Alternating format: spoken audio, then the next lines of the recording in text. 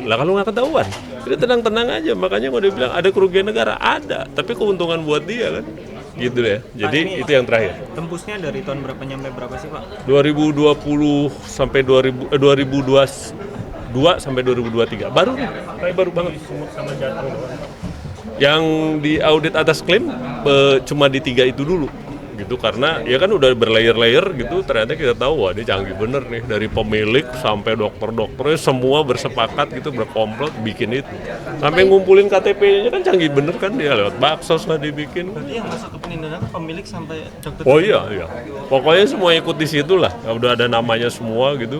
Yang bikin siapa kan, dokter juga harus tanda tangan juga kan untuk. Bapak izin Pak, penekanannya Pak, jadi kalau misalnya terbukti bersalah, apakah izin rumah sakitnya dicabut atau hanya BPS-nya saja? Kedua, dokternya Sebenarnya targetnya kita ingin dibayar aja dulu, gitu kan, dikembali untuk 29 miliar kan gede kan, gitu yang 4 miliar, 1 miliar tuh gede gitu, balikin aja dulu gitu, nanti kita lihat sampai kayak apa gitu. Tapi kalau phantom billing ini kita pikir sekarang yang kenapa kita jadi ributin ini karena dia nggak mau bayar.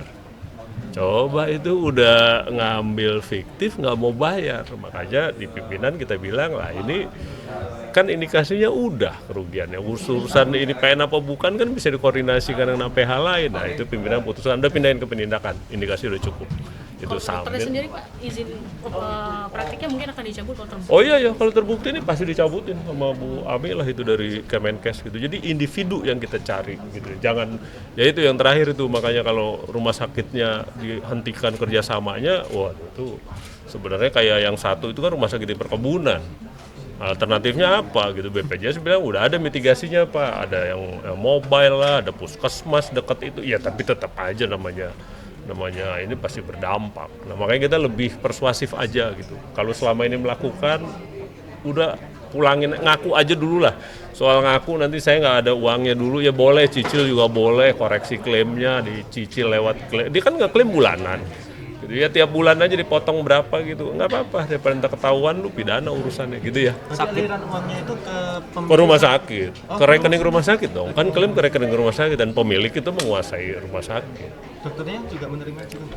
Ya dokternya nggak tahu, kita masih lihat aja perannya kayak apa gitu, mungkin dia dibayar sebagai dokter biasa dipaksa cuma bikin dokumen gitu, nggak tahu kita. Tapi sekarang tahapannya udah sampai mana Pak? Tahapannya? Tahapannya ini sekarang dipindahin ke sana semua dokumennya ke penindakan, dia lagi dipelajari. Banyak, dari pemilik ada keluarganya 2, dokter ada 8 kali yang terlibat. Pokoknya ini nggak mungkin sendiri. 8 itu dari 3 rumah sakit. Satu rumah sakit aja. Proses pemeriksaannya sudah dimulai. Baru mulai kan baru kemarin ininya, gitu ya. Tadi kan rumah sakitnya swasta semua ya? Yang ini yang kita dapat swasta. Sebenarnya yang kita bilang kalau ada yang negeri gitu, RSUD atau itu lebih gampang penanganan.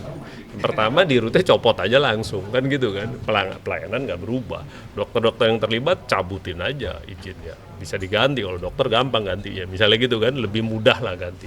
Makanya kita bilang kalau berhentiin rumah sakitnya itu opsi terakhir banget.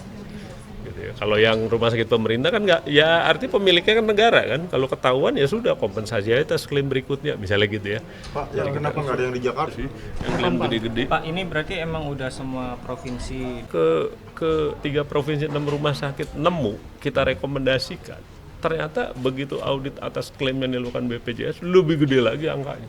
Kita dulu cuma 500 juta aja fisioterapi, tapi kita pikir ternyata ginian biasa orang gitu kan, klaim fiktif gitu. Ada orang dalam apa nggak tahu, kita lihat aja nanti kalau di dalam. Berarti kemarin itu kan sampel ya Pak ya? Itu kan sudah disampaikan bahwa ada fraudnya. Dan Bapak menyebutkan ada Sebenarnya dari audit atas klaim dari AAK-nya BPJS plus kita ke lapangan full bucket waktu itu. Jadi udah digambar semua siapa perannya apa, udah jelas. berarti tinggal tahap penyelidikan atau sudah mau penyidikan? Nggak tahu, lu jangan tanya gua, penindakan pokoknya dikirim ke sana lah. Bentar lagi Bapak pimpinannya Pak. Hah? Kan bentar lagi pimpinannya Pak. Ya mau cepet-cepet aja nih. Ini sebenarnya pengen ngasih semacam ini loh, sinyal bahwa lu berhenti gini ya. Ya gitu kan, jangan dipikir kalau selama ini lolos dia pikir ini bisa gitu. Karena kita bilang, lu ini kelas rumah sakit di Sumatera Utara di kabupaten gitu udah berani begini, kita nggak tahu yang lain kayak apa. Mungkin lebih canggih. Pak, Mungkin Itu kan sampel tadi ya, Pak, cuma ya? Daerah sampel. sampel. ada BPKP di situ, ada Kemkes, ada BPJS yang jelas gitu. Jadi auditnya akan lebih masif, nggak sampel-sampel kayak gini lagi. Itu artinya mungkin diambil yang klaim besar-besar gitu ya. Tapi yang pasti dengan dukungan dari BPKP kan lebih kuat dia timnya. Gitu ya. Pak, estimasinya bisa pihaknya misalnya yang diduga melakukan perbuatan fraud ini siapa aja? Biasanya pemilik, ya, pokoknya di root atau pokoknya top management dan beberapa oknum dokter. Oknum ya. satu rumah sakit tadi 8 ya?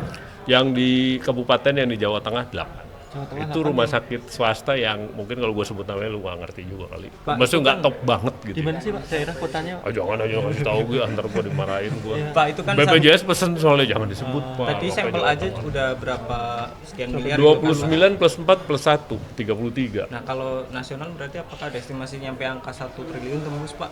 Ditembus lah kalau kita rujuk Amerika 3-10%, itu udah canggih bener, udah biasa bawain pidana tuh. Dia bilang kalau FBI sana bilang gini, Pak kalau yang ginian nih langsung lu pidanain. Bukan soal kecil apa gedenya, biar orang takut. Gitu. Kalau ini kan belum pernah. Jadi ada beberapa yang ditangani oleh APH lain gitu, tapi kita bilang udah jangan semua fraud. Kalau semua fraud itu ya kayak gitu, upcoding, berdebat sama dokter, gitu kan? Ada pertimbangan medis, self referral, berdebat sama dokter lagi. Kenapa saya kasih ke sini? Kenapa nggak lewat ini? Kan gitu macam-macam kan. Tapi kalau fiktif kan selesai urusan. Makanya kita pilih yang ini aja dulu yang paling gampang, gitu ya. Ya kalau estimasinya nggak ada. Pak, istilahnya Pak, Bapak kan lolos capim, Pak. Itu kan admin doang. Aduh. Kan nanti tes tulis Pak minggu depan Pak. Nah ini nih gue kalau tulis agak blow on gue. Ya, artinya Yeah, ada thank you. fraud nggak panselnya? Takut. Gitu. Kalau ini kan belum pernah. Jadi ada beberapa yang ditangani oleh APH lain gitu, tapi kita bilang udah jangan semua fraud. Kalau semua fraud itu ya kayak gitu, upcoding, berdebat sama dokter, gitu kan? Ada pertimbangan medis, self referral, berdebat sama dokter lagi. Kenapa saya kasih ke sini? Kenapa nggak lewat ini? Kan gitu macam-macam kan. Tapi kalau fiktif kan selesai urusan. Makanya kita pilih yang ini aja dulu yang paling gampang, gitu ya. Ya kalau estimasinya nggak ada. Pak, istilahnya Pak, Bapak kan lolos capim, Pak.